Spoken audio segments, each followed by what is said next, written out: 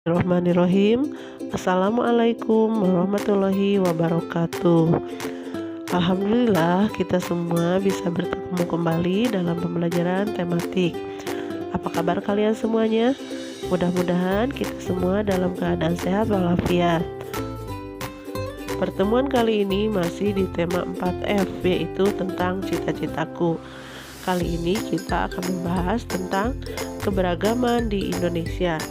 Keberagaman apa saja yang ada di Indonesia? Yuk kita simak bersama-sama. Tujuan pembelajaran kali ini, satu, agar kalian mengetahui keberagaman yang ada di Indonesia. Yang kedua, mengembangkan sikap menghargai keberagaman. Dan yang ketiga, mengetahui manfaat keberagaman. Jadi yang akan dibahas kali ini yaitu tentang Bhinneka Tunggal Ika, tentang berbagai macam keberagaman, dan sikap saling menghargai keberagaman.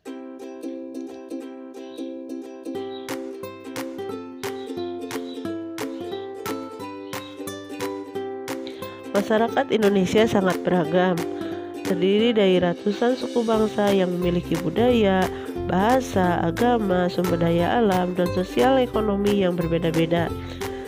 Adanya keberagaman di Indonesia membuat masyarakat dapat saling mengenal dan saling menghargai perbedaan. Keberagaman tersebut dapat disatukan oleh semboyan Bhinneka Tunggal Ika. Bhinneka Tunggal Ika merupakan semboyan bangsa Indonesia.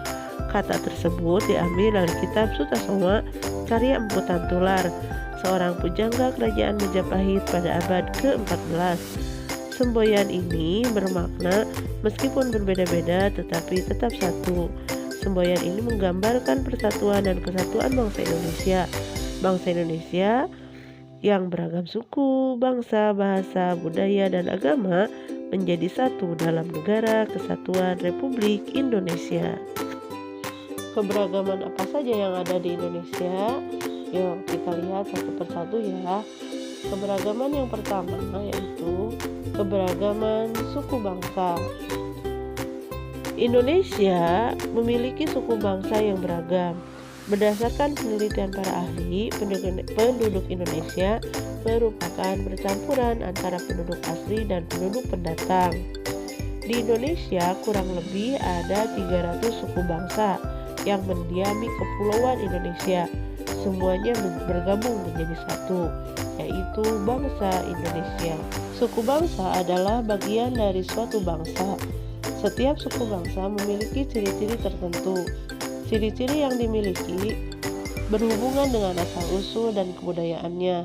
Beberapa ciri yang digunakan untuk mengenal suatu suku bangsa antara lain ciri fisik, yaitu warna kulit, rambut, wajah, dan bentuk badan. Kemudian bahasa, adat istiadat, dan kesenian. Ada suku bangsa apa saja di Indonesia? Silahkan kalian lihat halaman 29 buku tematik 4F ya. Di sana dituliskan suku bangsa apa saja yang ada di Indonesia. Keberagaman yang kedua yaitu keberagaman tarian daerah. Indonesia negara yang sangat kaya akan budaya, salah satunya adalah tarian daerah. Setiap tari daerah memiliki makna tersendiri. Contoh tarian daerah adalah yang satu, tari piring. Tari piring ini berasal dari Sumatera Barat. Selanjutnya, contoh tarian yang kedua adalah tari merak. Tari merak ini berasal dari daerah Jawa Barat. Selanjutnya, yang ketiga yaitu tari topeng. Tari topeng ini adalah tarian cantik yang berasal dari DKI Jakarta. Selanjutnya, tarian yang lainnya yaitu tarian tortor. Tarian tortor ini berasal dari Sumatera Utara. Selanjutnya, keragaman yang dimiliki oleh bangsa Indonesia adalah keragaman rumah adat. Salah satu rumah adat yang sering kita lihat adalah rumah gadang. Rumah gadang atau rumah godang adalah nama untuk rumah adat Minangkabau yang merupakan rumah tradisional yang banyak dijumpai di Provinsi Sumatera Barat. Rumah ini juga disebut dengan nama lain oleh masyarakat setempat dengan nama rumah Bagonjong, atau ada juga yang menyebutnya rumah Baanjuang. Contoh lainnya adalah rumah adat Toraja. Rumah adat Toraja ini didesain khusus, di bawah bangunan rumahnya digunakan sebagai kandang kerbau. Kenapa kandang kerbau?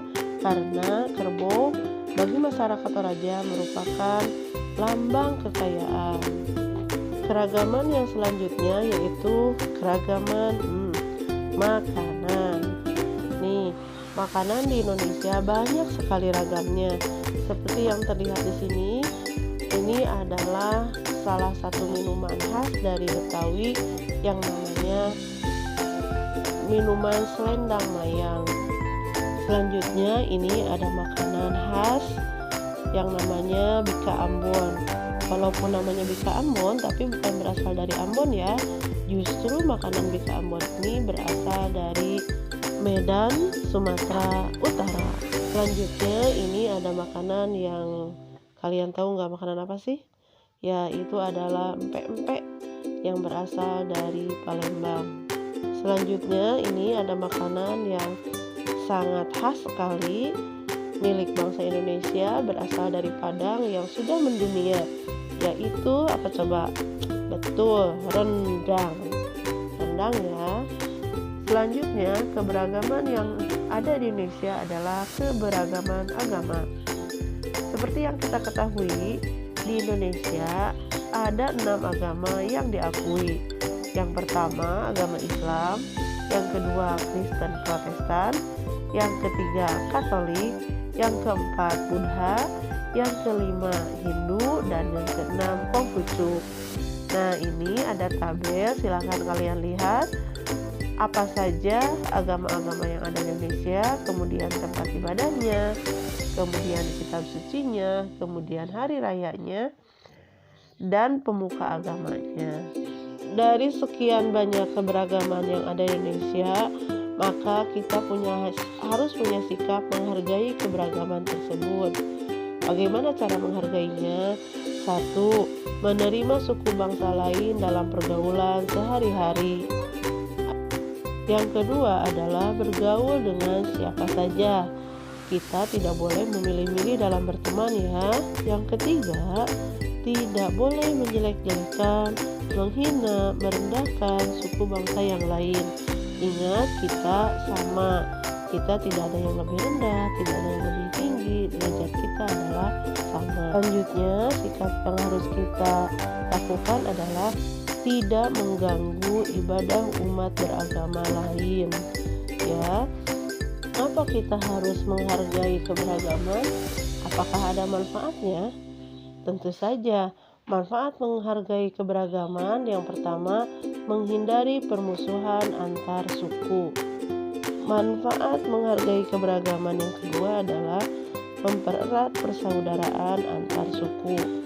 Karena bagaimanapun kita adalah saudara. Kemudian, manfaat menghargai keberagaman yang ketiga adalah memahami dan menjalankan kebinekaan Indonesia. Kemudian yang keempat, manfaat menghargai keberagaman adalah saling menghargai dan menghormati. Nah, itu manfaat menghargai keberagaman. Ingat ya, kita satu Indonesia adalah saudara. Kita tidak boleh membeda-bedakan, tidak boleh ada permusuhan. Dalam Al-Quran juga disebutkan bahwa kita harus saling menghargai, kita harus saling menghormati, walaupun berbeda agama, berbeda keyakinan, berbeda suku bangsa. Itu menjadi hal yang sudah biasa. Bagaimana? Siap kita menghargai orang lain? Oh, harus ya. Selanjutnya, seperti biasa, di akhir pertemuan Ibu akan memberikan tugas. Tugasnya kerjakan evaluasi PPKN di subtema 1, subtema 2, dan subtema 3. Kalian boleh mengerjakannya langsung di buku paket atau mau di buku tulis juga boleh dengan cara menulis jawabannya saja ya. Oke, sekian untuk hari ini. Stay at home, stay kreatif. Terima kasih. Assalamualaikum warahmatullahi wabarakatuh.